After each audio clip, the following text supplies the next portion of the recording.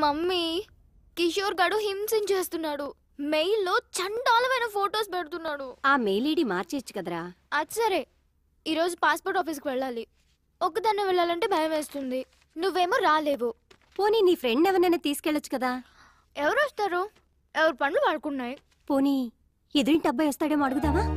వాడా? మాడు మొహోడు. నన్ను చూస్తేనే ఫేస్ తిప్పేసుకుంటాడు. నేనేదో వాడి సొమ్ము తినేస్తున్నట్టు.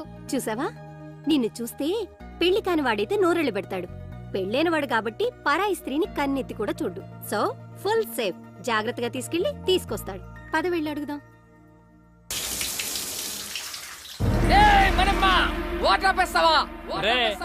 అద్దెకున్నాలు అరుపు వింటే ఆ ఆనందమే వేర్రా. అందుకనే నా వారానికి ఒక్కసారి స్నానం చేయాలి. నేను చూడు ఎంత ఉల్లాసంగా ఉన్నాను, ఎంత ఉత్సాహంగా ఉన్నాను. కమ్మటి కప్పు. ఈ అపార్ట్మెంట్ నుండి వెళ్లే లోపు 10 మంది కూలీలు పెట్టి చంపించేస్తా. వెళ్ళి మాట్రే. నా వల్ల కాదు రే. ఆడు రెంటోలు అంటేనే పురుగుల కంటే హీనంగా చూస్తున్నాడు. ఎల్లు ఆడనేమో. చెప్తాను ఆంటీ, మీరా? Sorry 1 minute. చెప్పానా వీడి దగ్గర చాలా ఎద్ద విషయాలు ఉన్నాయని. ఇదేంటి అలా మంది తెచ్చింది? చెప్పండి ఆంటీ. ఏం లేదు బాబు, మా శ్రేయాని కాస్త పాస్పోర్ట్ ఆఫీస్ వరకు తీసుకెళ్తావేమోనని ఒక్కరితే వెళ్ళటానికి భయపడుతోంది. భయం? ఏం చేస్తావు ఇంట్లో? ఏం బాబు, తీసుకెళ్తావా? అది కాదంటీ, యాక్చువల్ గా నా బైక్ ప్రాబ్లం వస్తే సర్వీసింగ్ ఇచ్చాను. పోనీ మా అమ్మాయి బండి వేసుకెళ్ళండి. అలా కాదంటీ. ఏం అక్కర్లేదులే, నువ్వు రా మమ్మీ. నా కోసం ఎవరిని బతిమలాల్సిన అవసరం లేదు. మన మనమని తీసుకెళ్తాను. నేను చెప్పినట్టు వింటాడు. నా కోసం ప్రాణం పెడతాడు. నువ్వు పద.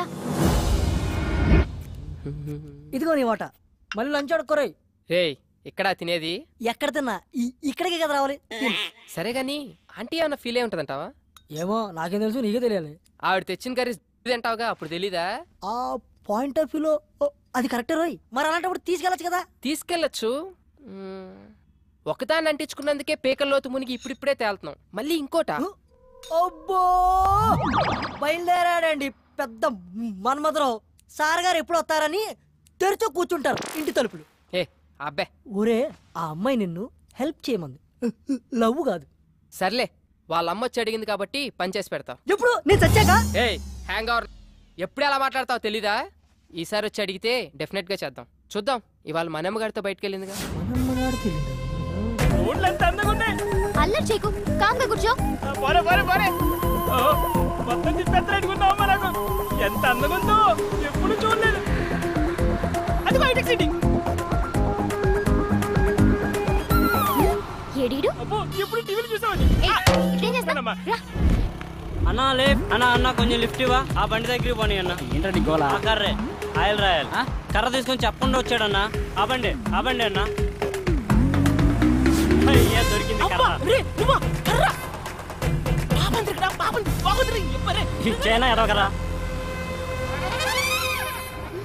మళ్ళీ దిగిపోయాడా? ఎక్కడ చచ్చాడు వీడు?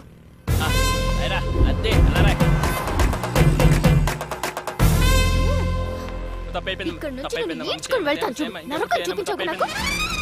అంత నీ వాళ్ళేరా.